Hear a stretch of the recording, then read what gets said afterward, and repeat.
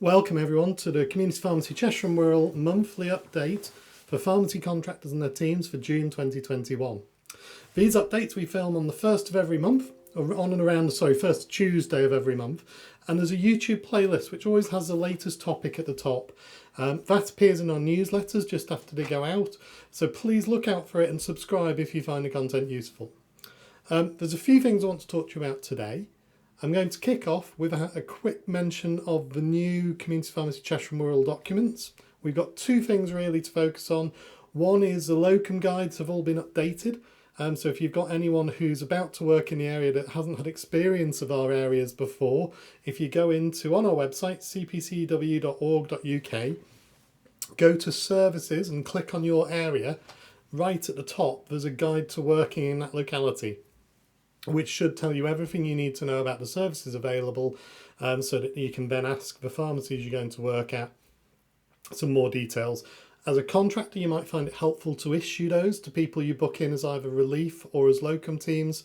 And the other thing that I was going to mention today is there's some summary sheets. So in that same page, so services and then area, you've got the LPC summary sheets. And what they are, they're a one-pager per service, and they include top tips on delivery, how to qualify or declare your competence to deliver a service, how to claim for it, and also where to go for support. These are the things that Sarah, our engagement officer, is going to be using when she's either out and about or remotely helping pharmacies. She'll be using those just to really focus and to draw attention to those services and how you get more out of them.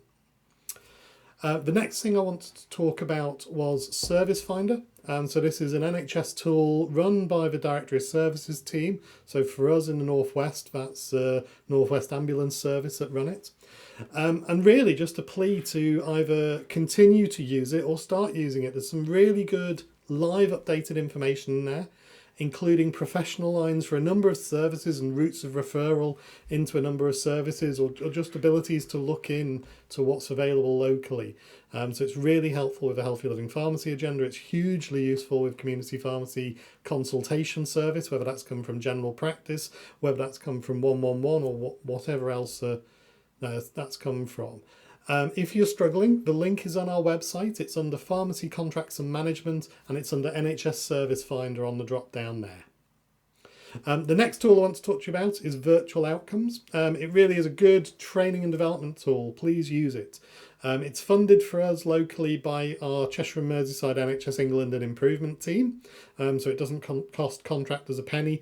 There's a lot of courses on there. It's really ideal to train your whole team on a whole variety of issues. I mean, log on there and you'll see everything from the latest advanced services through to some more basic things about running the pharmacy and what you need to do. We've seen some really good evidence of contractors getting value from it, both from a point of directing their team through specific training, or just purely setting a target of please complete one module per month per employee, or a hybrid of the two. So there might be 4 or 5 mandatory modules and the rest is team member choice. And what that gives you, it's all accessed by F-code, so you need your F-code to log in, and it'll report against that. So when the General Pharmaceutical Council inspect, if they ask for your evidence for how you're training your team or how you're allowing access to training for your team, you've got it right there. It's a really good record, and it will tell you who's done what and what they've passed. So please continue to use it. We will hopefully be able to continue getting it provided for us by NHS England and Improvement as long as contractors use it, and we can have that argument. Next one I wanted to talk to you about was the GP referral into the community pharmacist consultation service. We updated you last month to say the rollout was coming, and we're going to be putting some of our resources towards supporting that. I'm really happy to say it's now started. We've had 8 surgeries trained so far. 5 of those have gone live, one of which has resumed referrals, having had a bit of a hiatus previously, and also there's some more activity on the others to follow up in terms of team training, for the rest of the team training, and some more rollout activity. This is coming through in the referrals that we're seeing, so we're seeing a minor uplift following that training or those interventions. There were 18 more referrals this week than there were the previous week. And we're going to continue monitoring that to make sure we can continue to support. So where we've offered training and the numbers aren't quite there yet, we can make sure we revisit, find out why, and help them to maximise the capacity that they can send through to community pharmacy. Obviously, from a pharmacy point of view, that's maximising your share of the community pharmacy contractual framework by getting more activity fees in there. Our aim is for an average of 50 referrals per practice per month. Of course, that's an average, and there's no such thing as an average practice, just as there's no such thing as an average pharmacy. So the exact numbers are going to vary depending on how busy the practice is in terms of numbers on the register, what the caseload looks like, what the demographics looks like, and the access. So it is going to vary a little bit, but that's our target and that's what we're aiming for. We have another 6 surgeries booked in for June.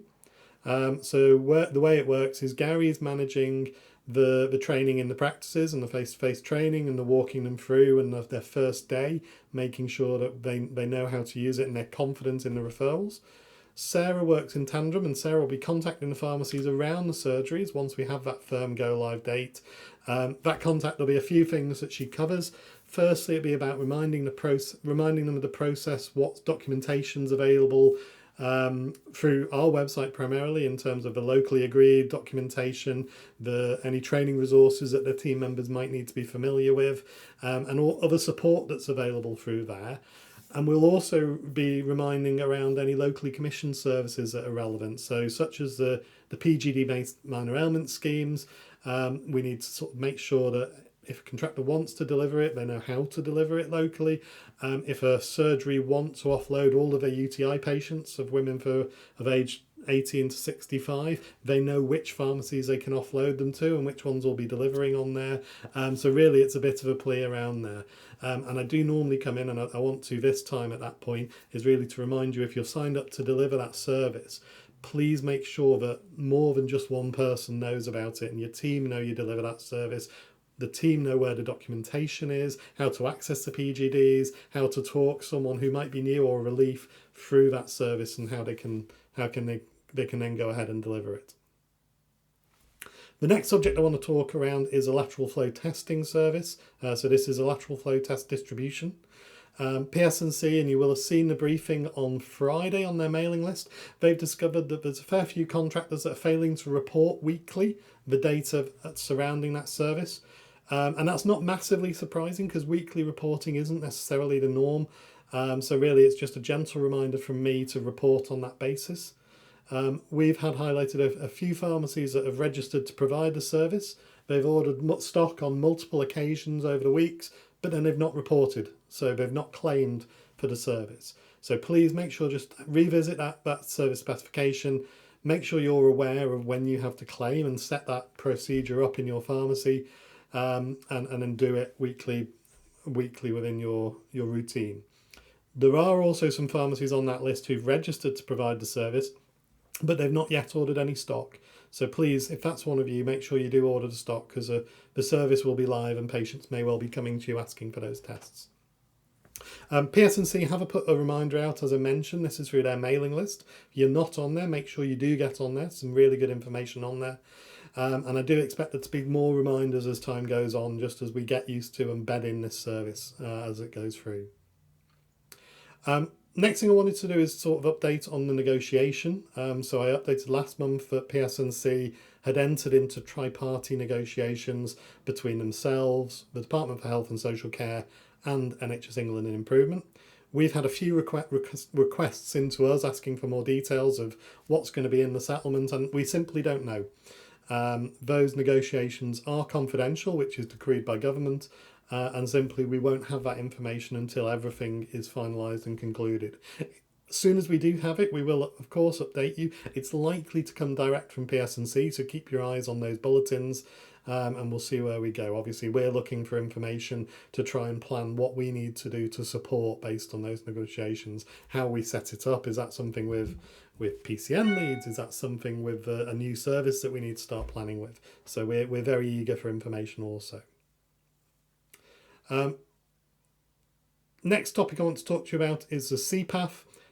So the assessment framework, the 2021-22 Community Pharmacy Screening Questionnaire, that's going to be available for completion later this month. So it opens on Monday the 28th of June and runs through till Friday the 24th of July. At this stage it's just a heads up. And I really wanted to do it because obviously as part of the COVID flexibilities, this had been stood down, so this wasn't something contractors needed to worry about recently, but it is coming again. And that screening questionnaire is going to be run by the NHS Business Services Authority. They'll send information direct to you, direct to contractors through NHS mail. So please keep your eye out for that arriving and make sure you partake in it. If you don't choose to fill in a screening questionnaire, it's incredibly likely you'll be forced to go through the entire CPath process for assurance from NHS England. So you're much better to go through the screening questionnaire than you are not. Anything you do on that will contribute towards a big CPath as well. So even if you do end up with a visit, you're doing some work and finding out some information that you'll only need to do later on. So there's no loss in doing it. And then the last thing I wanted to mention, our training events calendar. So this has been updated on our website through the training events, and actually it's on the same calendars on the website of all of the LPCs in Cheshire and Merseyside. This is a shared calendar. Any events we know about, whether it's us running them, whether external partners running them and they've been sent in to us, they should appear on that calendar.